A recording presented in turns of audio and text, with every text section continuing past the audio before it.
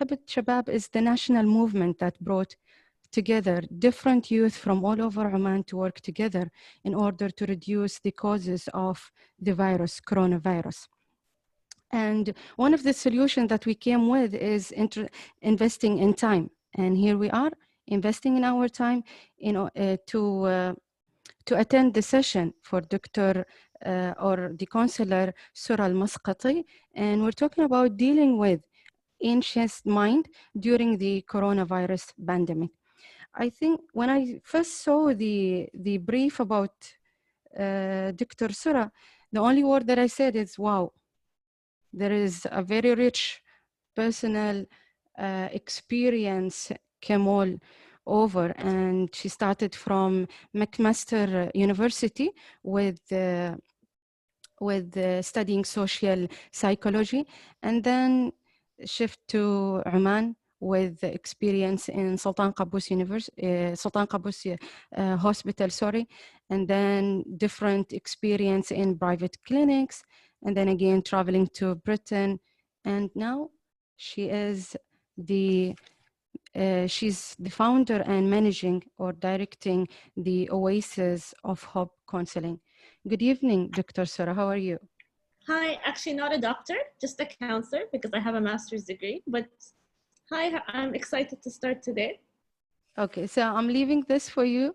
And the only thing that I said is I have my colleagues, the co-hosters with me, Abdullah Al-Mgeni, Faris, and we all three of us will help in managing this. And if anyone had technical issues with the sounds, we're gonna work with it. So I'll give it everything to you, and I'll come back before the end of the workshop by 10 minutes. By 10 minutes, and we'll start with the questions and all that. Good luck, Doctora. Thank you.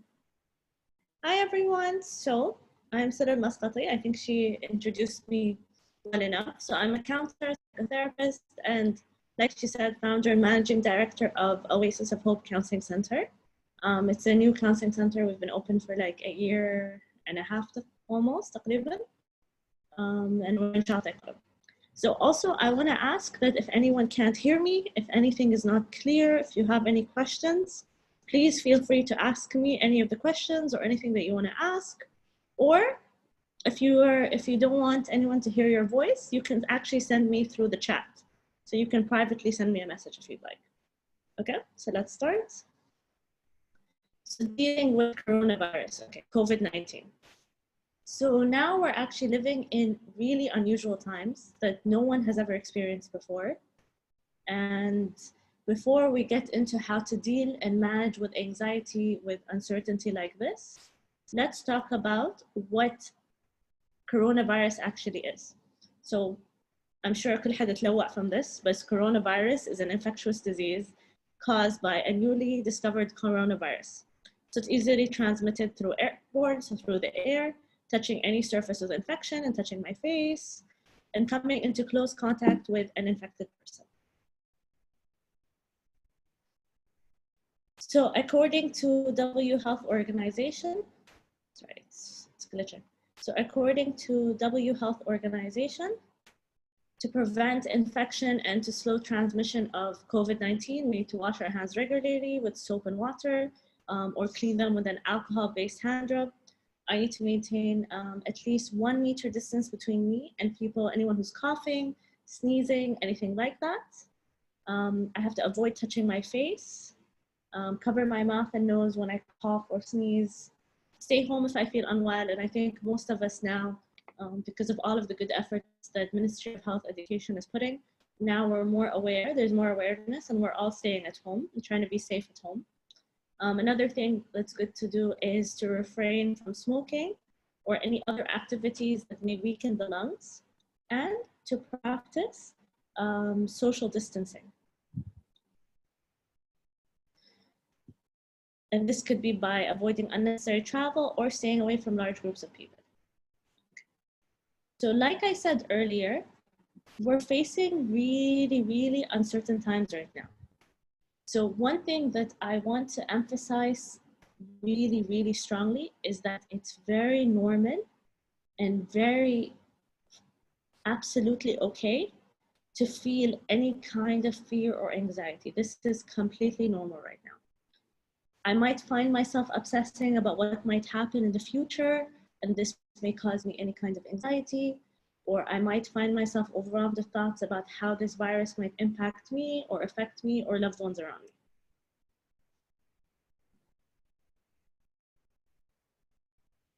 So before we talk about how to deal with the anxiety, let's talk about what anxiety actually is.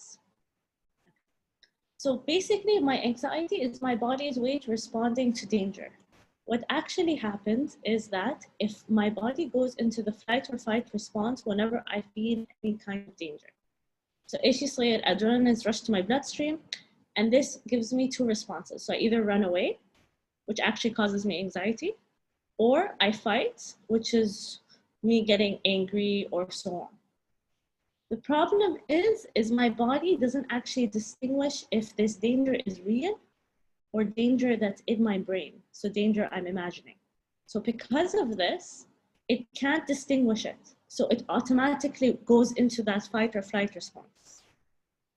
The problem is this response is meant to be short-term and temporary. So it's supposed to be a quick reaction to any kind of situation. But if I'm in this response for an extended period of time, it can actually negatively impact my mental health, so causing me anxiety, depression, anything like that, or my actual physical health. So what are some common anxiety symptoms and signs? So I could find myself feeling nervous, like really restless, tense. I could find that I have like an impending sense of doom or panic, like I'm panicking, I'm feeling so much anxiety, I'm feeling so many things like that. Another thing that could happen is I might have an increased heart rate. So my heart rate might be going really quickly. I might be breathing rapidly, so hyperventilating, sweating, trembling, and feeling like weak or tired. Other symptoms of anxiety is I find it difficult to like concentrate on anything else. So I can't focus or concentrate on anything else that's happening rather than the present worry. I might find that I'm having trouble sleeping. I might be experiencing gastrointestinal problems. So this is something like irritable bowel syndrome, معروف كقولون العصبي, GERD, acid reflux, حموضة, anything like that. I might have difficulty controlling worry. So I just keep worrying and worrying and worrying and worrying and worrying. And I might have the urge to avoid things that trigger anxiety. So that's called safety behavior. So because I know that a lot of people are struggling with the anxiety of the current situation, I decided to structure this workshop in a way so that it can equip you or give you tools that you need to help manage your anxiety during this kind of uncertainty. So one thing that's really important to understand about anxiety is that any kind of anxiety, it comes from worrying or living in the future. So that's why it's really important to teach ourselves to live in the moment. Because if I'm in the moment, I won't have anxiety. I'm not going to be worried. So one of these techniques, and I love this technique. So one of the techniques that can be really, really helpful with helping us deal with anxiety is grounding. So this is a technique that can aid in overthinking, and it can help me in kind of like dealing with overthinking and focus my attention back to the present moment.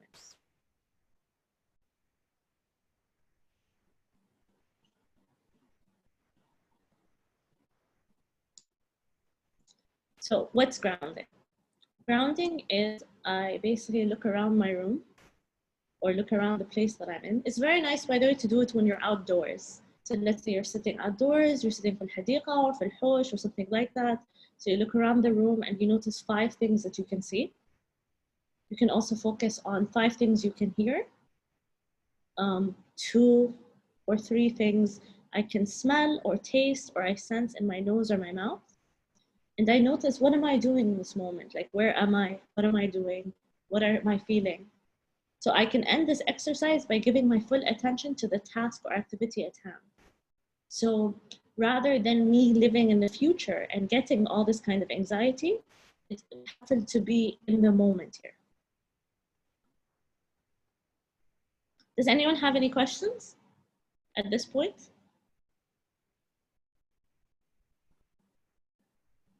Okay, no questions. I'll keep continuing. So this is called a worry tree. So this is actually a very well-known psychological technique we use.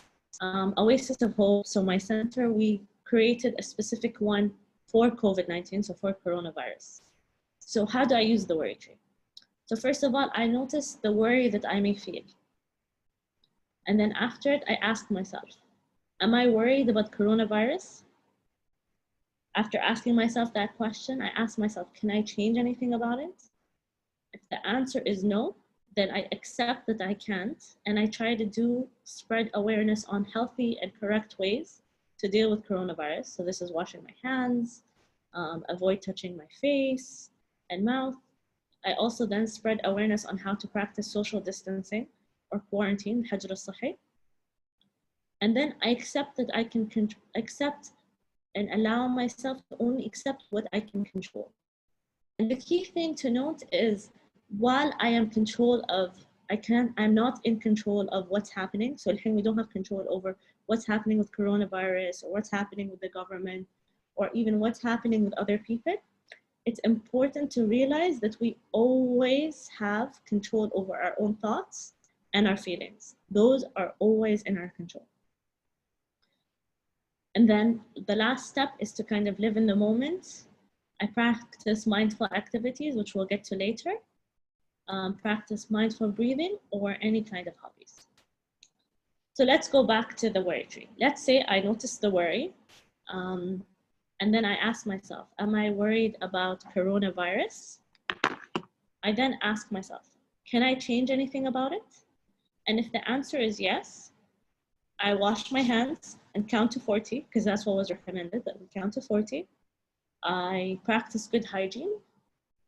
So I try to keep the spaces clean. I let go. I avoid social contact with other people, so practice good social distancing. Or a lot of people actually don't like the term social distancing because social distancing tends to feel very lonely and isolating. But they like the term physical distancing because while we are physically distancing from other people, we are also recommended to actually be still communicating with others socially. The last step would be to let go of the worry and invest our energy in a higher power, God, or ourselves.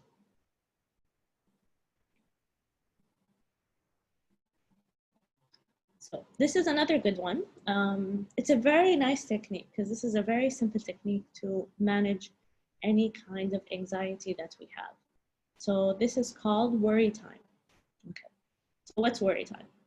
Worry time, this is good for all of you that are probably thinking, okay, she's telling me to live in the moment. She's telling me to be present in it. She's telling me not to worry. But how can I not worry? Like, everything's a disaster. We're living with a whole pandemic. We're trapped in our houses. We can't go out. A lot of things like that. So of course I'm gonna worry about it. Okay, so I'm telling you that even if you feel you have to worry, it's good to incorporate something called worry time. So postponing our worry. So this is accepting that I am gonna worry, but I am going to decide on a specific time every day that I will worry and determine how long it will be. So for instance, I might decide that every day this is preferable that it's in the middle of our day, not before we sleep, because then we're probably going to have nightmares, and not when we start the day because we'll probably be more anxious, but maybe sometime between 3 o'clock, 4 o'clock, something like that. So I decide that today, I'm from 4 to 4:30, I'm going to have my worry time.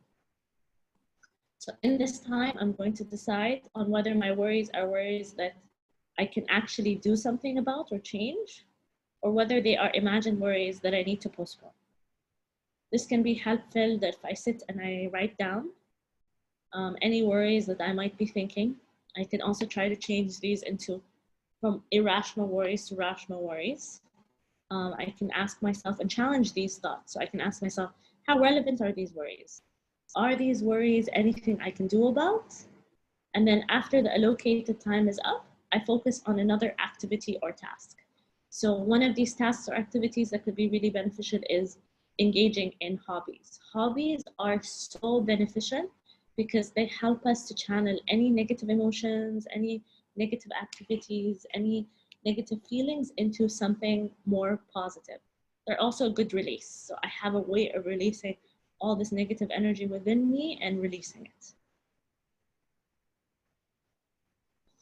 This one I really like. So now, if anyone who knows me or knows anything about me, this is a main mechanism that I've been using myself to deal with all that's happening with coronavirus. It's a very stressful situation. So one of the ways that we can deal with it is by using humor. Okay. So someone could ask, how do I use humor as a defense mechanism? So for instance, me, if you ask me, anytime I'm at home and I find any joke or anything like that, I'm literally sitting and reading all my jokes to my family members, you know? I'm trying to look for, I'm spending my time on Instagram or so on, looking for memes or funny things to do, because humor is one of the greatest defense mechanisms.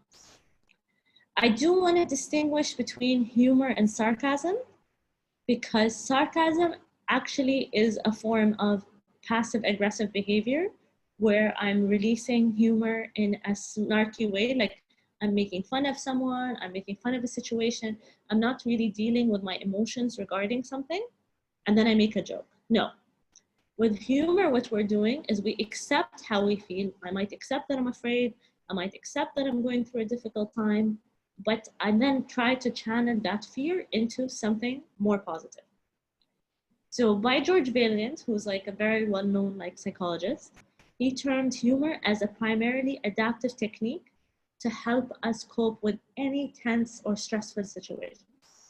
So what does it entail here? What is humor as a defense mechanism?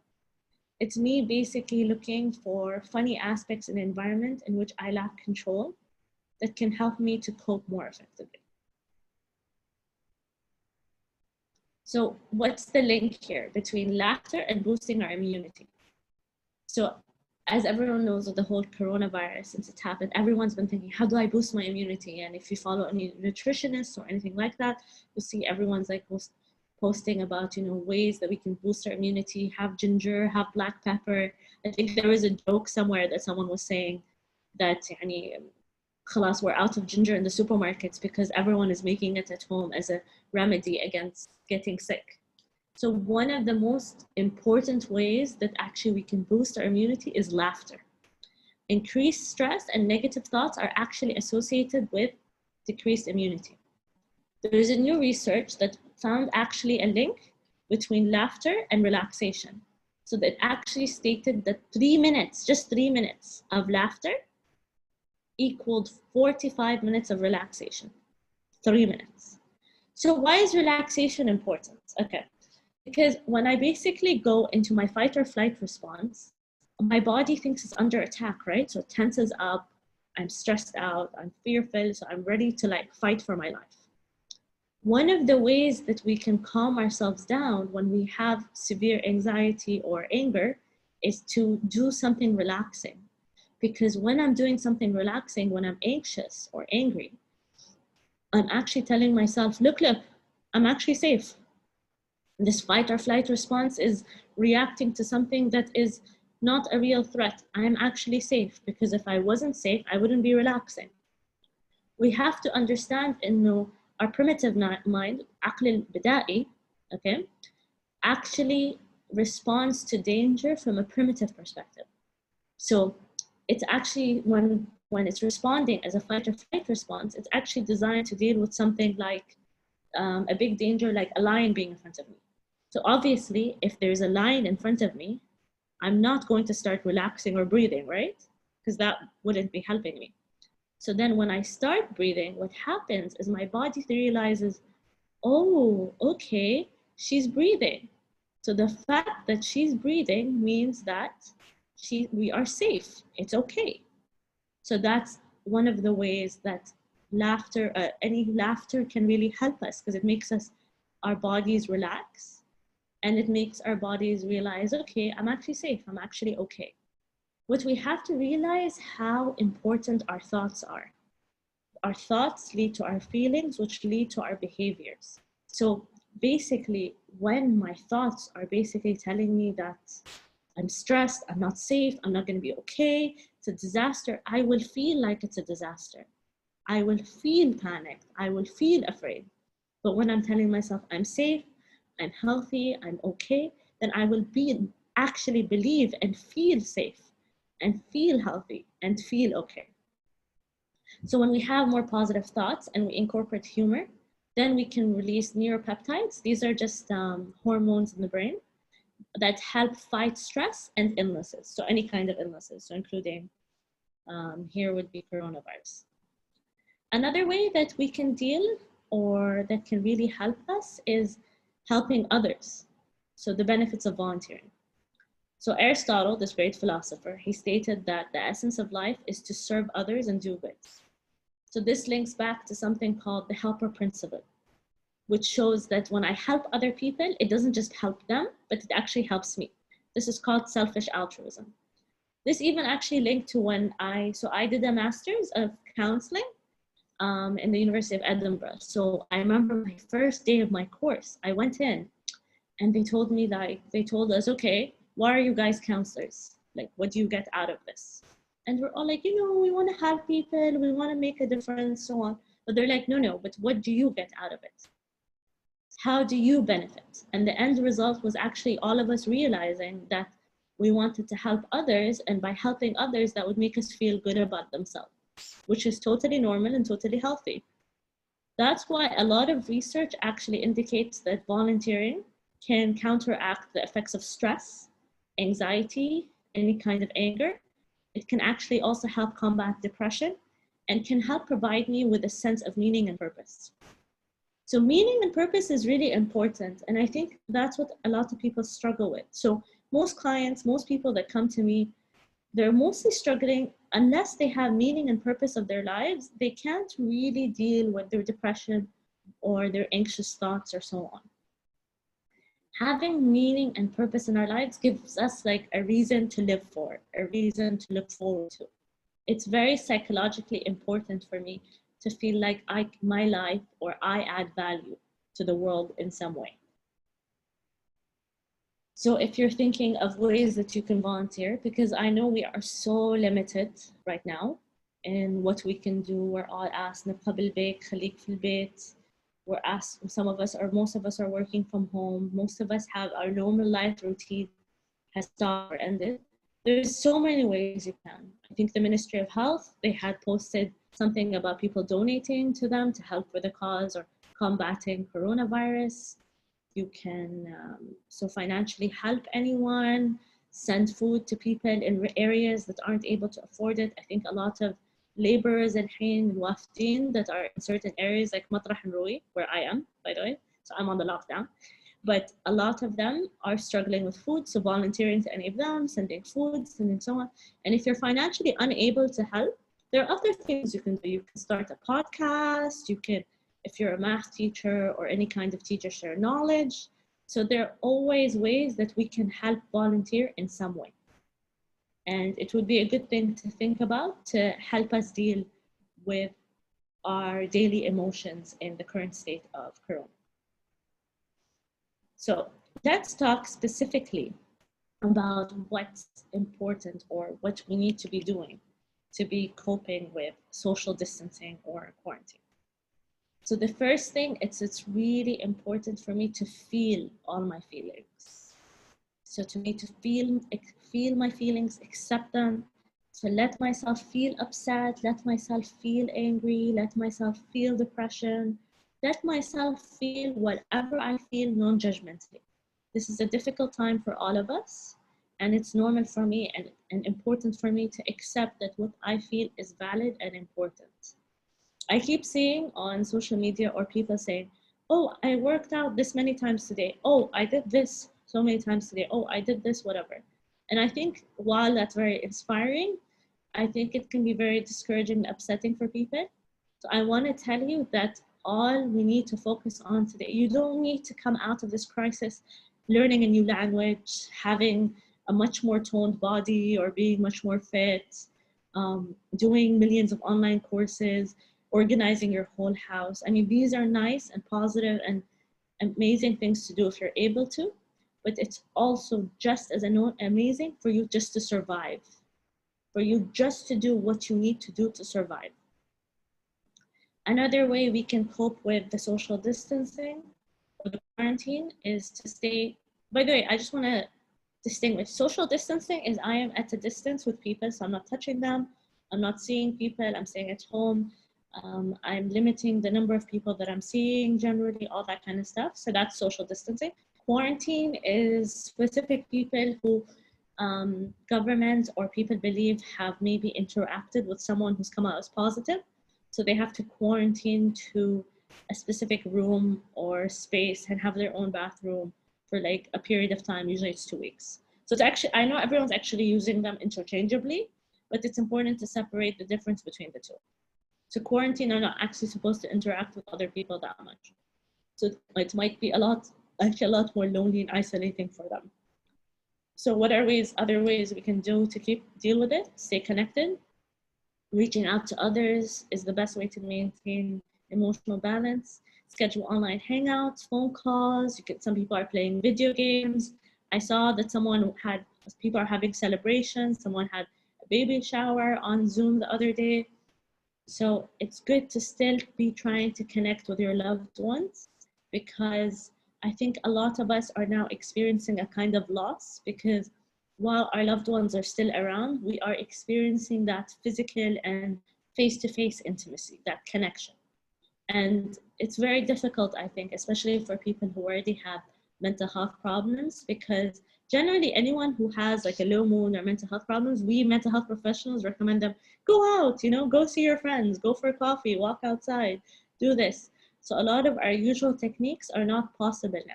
So it's important to still try to keep being connected to people and actually taking time to schedule them, these meetings.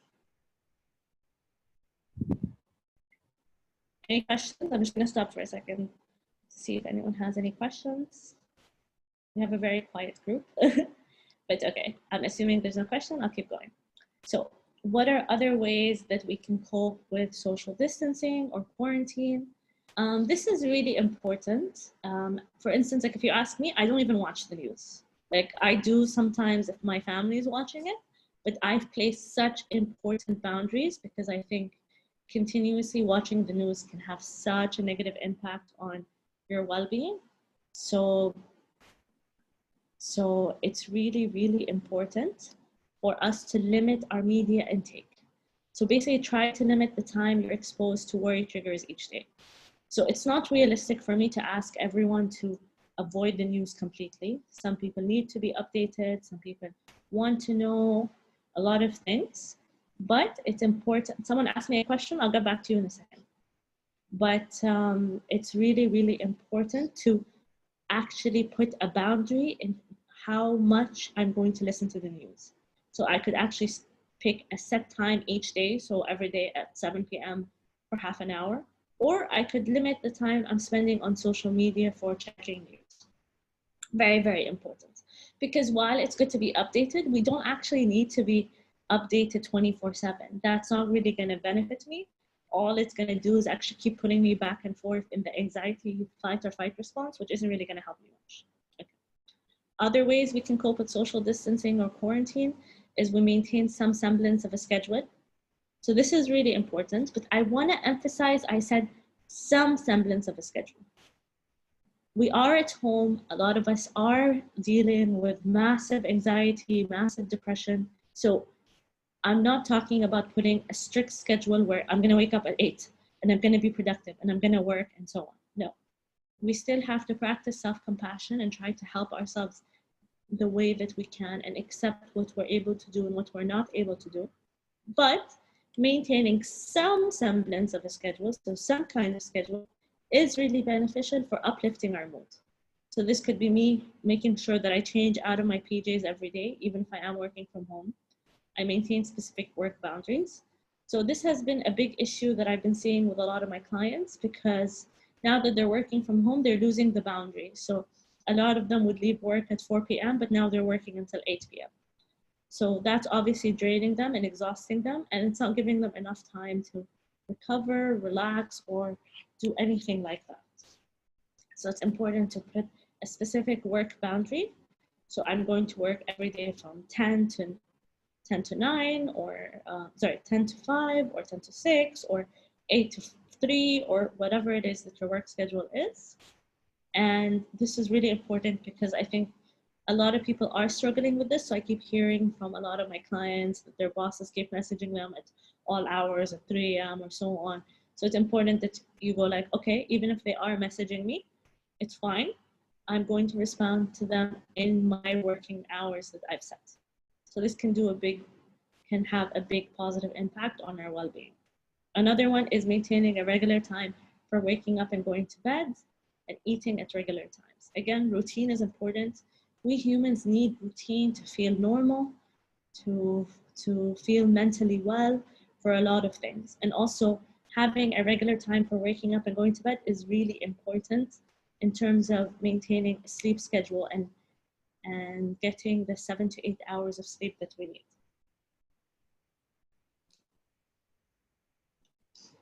Other ways that we can cope with social distancing or quarantine would be for me to basically prioritize my self-care. So this can be me staying hydrated, drinking water. This has also been one of the recommendations by World Health Organization to help me prevent getting coronavirus. Another one is keep moving. Emphasize, look how I said keep moving and not do 1,000 workout videos. You know, it's not about workout videos or getting a coronavirus bod. I've heard some people say this, but it's actually just about getting your body circulated. Exercise is really good for our body because it releases happy endorphins. So just about and still doing movement, because most of us now are sitting at home, working on laptops, maybe sitting in our beds or specific desks. So our movement is much limited. So it's important to just keep trying to move. Another thing we can do is getting fresh air whenever we can, even if that involves sitting in our garden, walking around our neighborhood, solitary exercise, or so on. Important to sleep 7 to 8 hours every day, and like practice the well-known sleep hygiene habits. So this includes, no electronics before bed 1 hour before. It includes not having caffeine after 5 p.m., doing relaxation techniques or breathing techniques before I sleep. Putting a notepad actually next to my bed in case I have a lot of anxious thoughts, so I just write them down. And making sure the environment in the room is comfortable. So in terms of like the light in the room or the AC or the temperature and the covers. So these are part of really good sleep hygiene habits to help us sleep better. Another thing we can do is eat healthy. So eating healthy food, immune boosting food. There's this mix, this immunity shot everyone's been talking about that has ginger, honey, and black pepper. And it just seems to be doing wonders for immunity. So that's a good one to try. It's also important to practice self-compassion. So if I'm not able to work or do as much as I usually do, it's okay. I accept that. I'm compassionate with myself. I don't blame myself. I don't criticize myself. I don't expect myself to come out of this crisis having solved the world or been so productive or created an amazing thing, but I just try to take it day by day. Another thing we can do is engage in stress reducing activities or hobbies. This could be journaling, going for any kind of walk, drawing, so much. Like I said earlier, these are really helpful for channeling any kind of negative energy that I have into something positive. So what is the ACE for coping with social distancing or quarantine? So I love the ACE because it's so simple and so basic, but can have such a good impact in helping us deal with our day-to-day any kind of anxiety or depressive thoughts. So the first one is every day doing one thing that causes me to feel achievement. And I want to emphasize that achievement is not like climbing Mount Everest or doing something huge. Even washing the dishes can be a kind of achievement. Another one would be C, so closeness. So feeling close to someone, so maybe sitting with family, of course, with social distancing rules, 2 meters or 1 meter apart, calling a friend, doing a Zoom meeting with someone, doing something like that that makes me feel a sense of closeness to another person. The last one is enjoyment, so doing one thing every day that I enjoy, that gives me joy, that makes me happy. This could be coloring, it could be baking, it could be playing board games, whatever it is, just something that generally makes me happy. Okay, if we don't have any questions now, I'm gonna teach you a kind of visualization. So, what is this visualization? Any questions? Let's check. I'll give you like a minute if anyone has any questions or anything.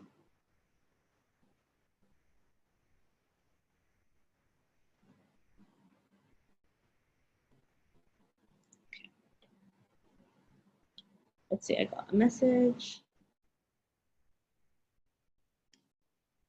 No thanks. Okay. So I will answer something someone asked before. What does sitting at home mean for you? I think right now it just means it's just a way to practice our everyday life. And I'm just trying to practice my everyday life or routines before Corona at home. So for instance, I used to love to go sit outside by the beach and have coffee. So now I do that on our balcony or by our garden. You know, I used to like going to yoga classes. Now I'm doing yoga at my house. So it's about actually still living and continuing our day-to-day actions and living our day-to-day lives in the situation that we're in today. Okay.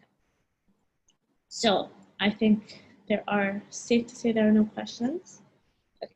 So I can't see most of you, but I hope you will figure out what I mean by the posture, because this is important. So today we're gonna learn 2 types of techniques that are really important for dealing with anxiety. So one of them is safe place imagery. And okay, good question. So someone asked me, how can we explain to our kids about this? I can actually explain this at the end. So at the end, I'm actually going to keep a little bit of time to answer these questions. So Ghalia, if you can just let me answer this at the end, it's actually a really, really good question. So we can get to this in a second. Okay. Does anyone have any questions about what I said? No? Okay. So what's really, really important to realize, okay, is that when our body goes into fight or flight response, like we said, we have multiple ways to deal with it. One of it is through breath work. So that's what it does. Like I said, it activates the sympathetic nervous system, which makes us calm down. So it makes us feel like we need to be calm right now.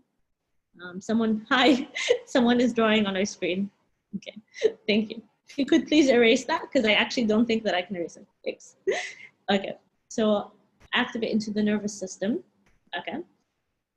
And then when we're dealing with that, there's 2 ways. So one of them is called visualization. So when I visualize, I am kind of going to another place. So it's like what most of you know as meditation. So I'm going into a place where I feel safe, where I feel calm.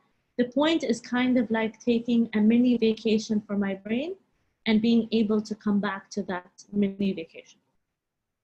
So it's the point that I find a way of calming myself. So it's kind of like, I think girls will relate to this example. After, I go to a spa and I come back, how I feel. So it's about doing that for ourselves. What's important to realize is for visualization, we should not be doing what I will teach you right now every single day. Why? Because if I do this every single day, then I'm actually running away. Then this would actually be me running away from my actual issues right now. And we never want to do that. We don't want to run away. Because the problem is if I teach myself to continuously run away, what's going to happen is that I will keep running away from all my problems and all my issues. So I won't know how to deal with them. So maybe I'm running away in my day-to-day, But then later on, when I actually have to deal with it, I'll have so many anxious thoughts, so many defensive thoughts, so many things like that. So what's visualization? So I want everyone now to sit with your back straight like me, with your hands flat on your thighs, and you put your feet flat. They have to be flat on the floor. Like I said, I can't see most of you, or any of you actually. So just make sure that your feet, the width is the same width as your shoulders, the distance between them. So I'm gonna give you all a few seconds to kind of rework that.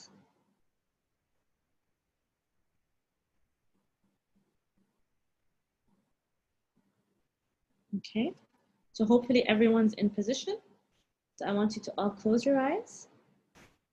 And anyone who's resistant to this, trust me, if you do this, this is gonna help you manage your anxiety so much. This is really beneficial. So I want you to just close your eyes, with your back straight like this. I want you to focus on your breath. So I want you to visualize that there's a balloon in your stomach and going in and out, in and out, in and out, in and out, in and out. And just keep focusing on your breath. And each and every breath you take, your breathing is going to get deeper and deeper, slower and slower. And your body is going to be so relaxed. So just focus on your breath.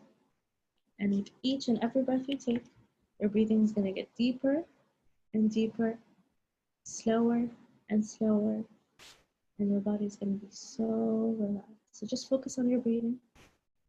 And with each and every breath you take, your breathing is going to get deeper and deeper, slower and slower. And your body is going to be so relaxed. So I want you to now visualize that there's a white staircase in front of you. And this white staircase is leading to a wooden door. So once you see this white staircase leading to a wooden door, I want you to climb up this white staircase until you're in front of this wooden door. So you're going to climb up the staircase until you're in front of this wooden door. And you're going to open the wooden door. And in front of you, you're going to see the most beautiful thing place you've ever seen. So this place might be somewhere you've been to in the past, or it might be somewhere you've seen in a magazine. So I want you to focus on the details in this place. So the vibrant colors. I want you to focus on the peaceful sounds here in the background. So the softness of the ground underneath your feet, the cool air in your face. You feel so centered here, so safe. This is your calm and peaceful, safe place. I just want you to focus on this place. Focus on how calm and how peaceful and how safe you feel in this place. Just focus how it feels in this place. How calm, how peaceful, how safe. You feel so calm, so peaceful, so safe. You feel ready to take whatever happens in your life. You feel powerful and strong and centered and grounded. So you feel so peaceful, so safe, so grounded, ready to take on whatever happens. You are centered, you are grounded. You are centered, you are grounded. You are centered, you are grounded. So I want you to focus on how strong you feel and how utterly safe you feel in this calm, peaceful, safe place. And now I want you to think of a word or phrase for this place. So whenever you think of this word or phrase for this place, you'll be able to come back to this place.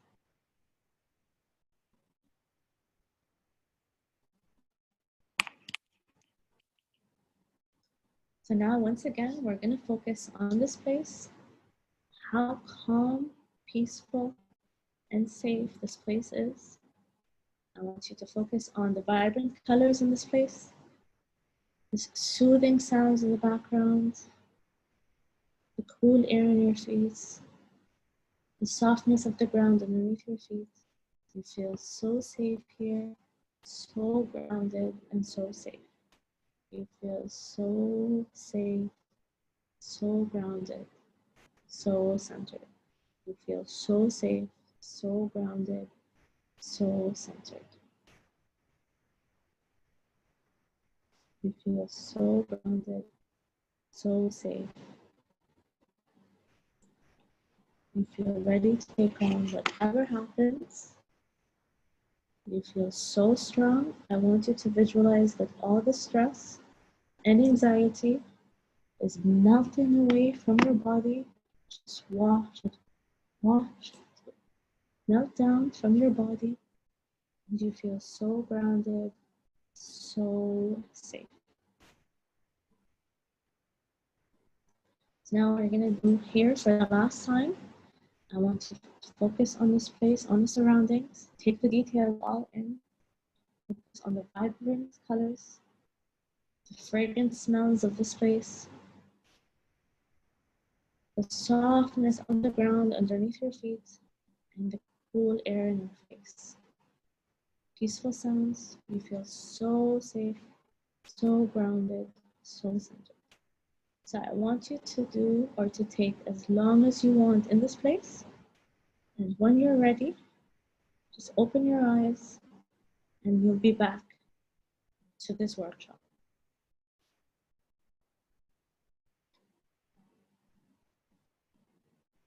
I'm going to give you guys a couple of minutes or so to come back.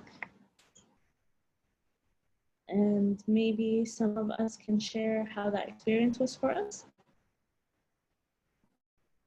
And if you find it hard to share it, you can send a message to everyone or to me telling me how that experience was for you.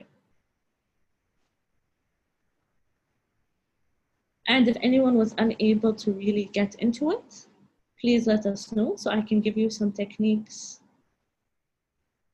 if it was better. It can help you do it better.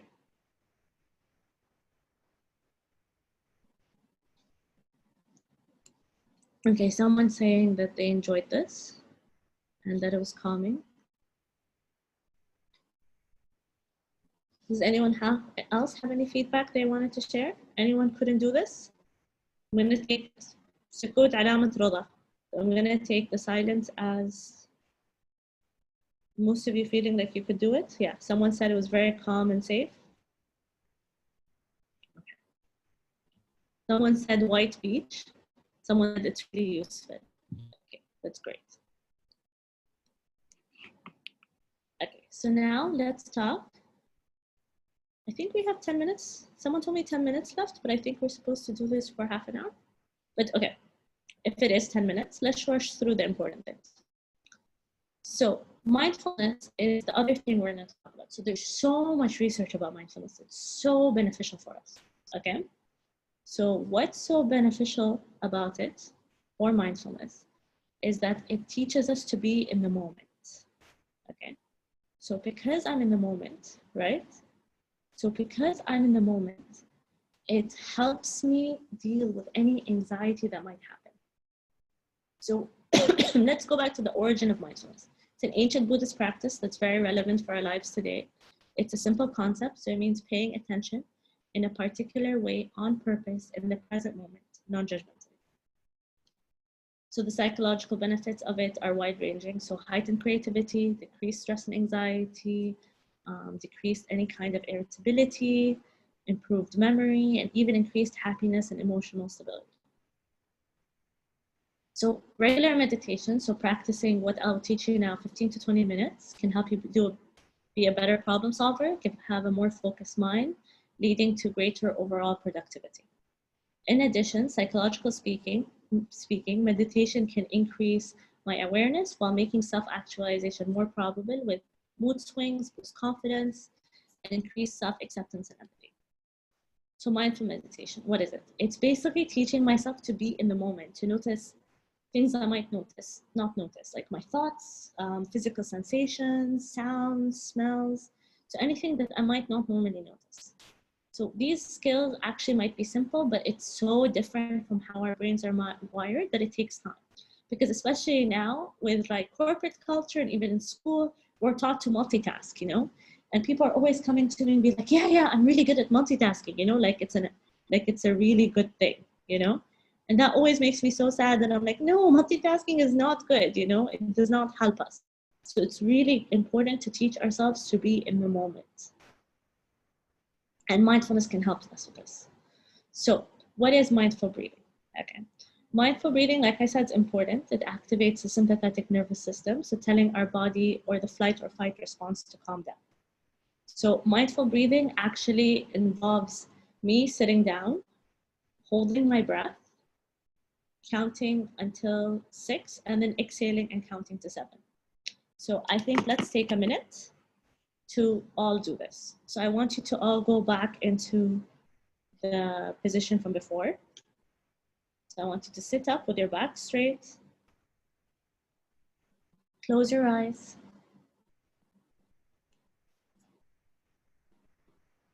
Back straight, remember your feet width apart, flat on the ground. And I want you to focus on your stomach. So I want to focus on your stomach going in and out, in and out, in and out. And with each and every breath you take, your breathing will get deeper and deeper, slower and slower, and you're going to feel your body relax. So now we're going to hold our breath and count to 6, and then we're going to exhale and count to 7. So hold your breath. 1, 2, 3, 4, 5, 6. Exhale from your mouth. 1, 2, 3, 4, 5, 6, 7. Again, we're going to hold our breath. 1, 2, 3, 4, 5, 6. Exhale from our mouth. 1, 2, 3, 4, 5, 6, 7. Again, hold your breath. 1, 2, 3, 4, 5, 6. Exhale from our mouth. 1, 2, 3, 4, 5, 6, 7. So for anyone who did this, can you tell me what that was like, even through the chat? Like, who liked visualization more? Did anyone like visualization more? Did anyone like the mindfulness more? It's good to share that. It'd be nice to know which one you liked more. It's also kind of important to recognize that mindfulness is important because it teaches me to be present. So like we were talking about grounding technique earlier, it helps root me in the present moment. But visualization is running away from the present moment. Okay, someone said they like mindfulness more. So that's good because mindfulness is really important to teach us to be in the present moment and accept all our thoughts or what's happening calmly and non-judgmentally. So especially now with all the anxiety and all the fear happening with Corona, it's important to kind of teach ourselves to be in the moment and live each day as it is. So for me, for instance, I'm not thinking about tomorrow or after tomorrow or anything like that. I'm trying to live each day as it is. So I wake up, I think of today, what's going to happen today, and I just teach myself to be in the moment. So mindfulness is good because it helps us accept any thoughts that happen non-judgmentally. So one person said they like mindfulness more, one person said they like visualization, one person said both, one said both with mindfulness. So it's actually important that someone said they struggle with sticking to the count of breathing. If you're struggling with that, you can also just try to keep focusing on your breath, so holding your breath. Imagining there's a stomach and imagining there's a balloon in your stomach going in and out. And it's also important to kind of realize that even if thoughts are distracting you, it's okay. Just accept, put them on the side and refocus on our breathing. So now let's go to the last component. So practicing gratitude. So at times of uncertainty, developing a gratitude practice can be helpful to connect with moments of joy or pleasure. So at the end of each day, it's important to take time to reflect on what we are thankful for. So it's important that every day I try to think of different things because this can help wire my brain to look at things more positively. And there's actually been so much research done on how gratitude helps cancer patients or patients with terminally ill illnesses actually recover quicker because it helps wire more positive thoughts, which helps their immunity. So one way we could do this is do a gratitude journal or write 5 things every day you feel grateful for. Okay. So I actually thought this workshop was until 8:30, which is fine. So I was planning to do this gratitude exercise, and I was just going to ask you guys to like share 3 things that you feel grateful for. But we can just end now. And yeah, I agree. Someone was saying when your mind is crowded, someone's saying when your mind's crowded, I think mindful is better. I agree, because it can actually helps clarify your brain and helps accept these millions of thoughts and accept them non-judgmentally without like that frustration. So I just wanted to answer the question someone had asked before. So how do we explain this to our kids? I think that's a really important question. And I think it's really difficult because I think a lot of parents don't want to explain it to their kids, or they don't want to share their anxiety. But it's very important to know that the kids are going to be sensing the anxiety and tension.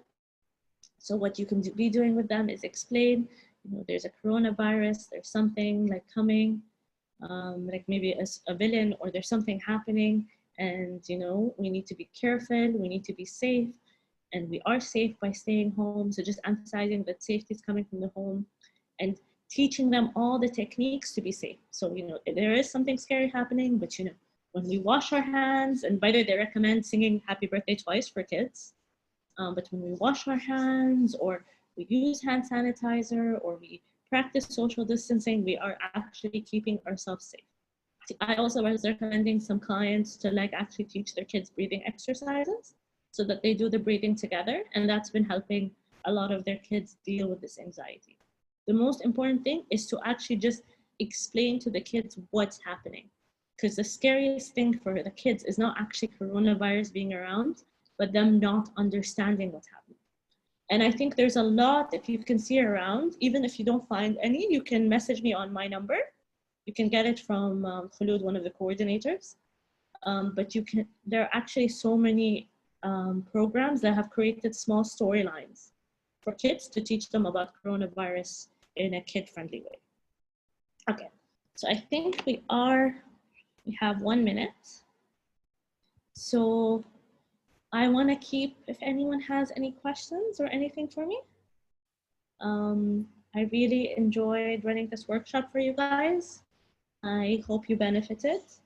And if you do need my information or anything about me, or to contact me or anyone at my center, I think you can get the details on Instagram. We're at Oasis of Hope Counseling, and my account is at Counselor Sura. So any questions, anything else, I'm always happy to help. It's just important in this difficult time to seek support that you deserve, to get any support that you need, and to realize and remind ourselves constantly that whatever we're going through right now is valid and okay, but it's also temporary, you know? Nothing lasts forever, so this is فترة وبتنعد إن شاء الله.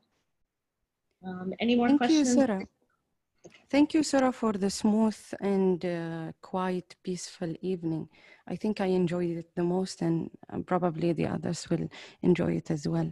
And this is preparing us for a quiet evening. All informations and the meditation. I loved the meditation so well. So about your information, we'll keep that in our Instagram account, so you can go and back to it and follow Sura in her social media accounts. And for the other questions, I think you mentioned that people can keep contacting you through that. And thank you a lot. Thank you a lot.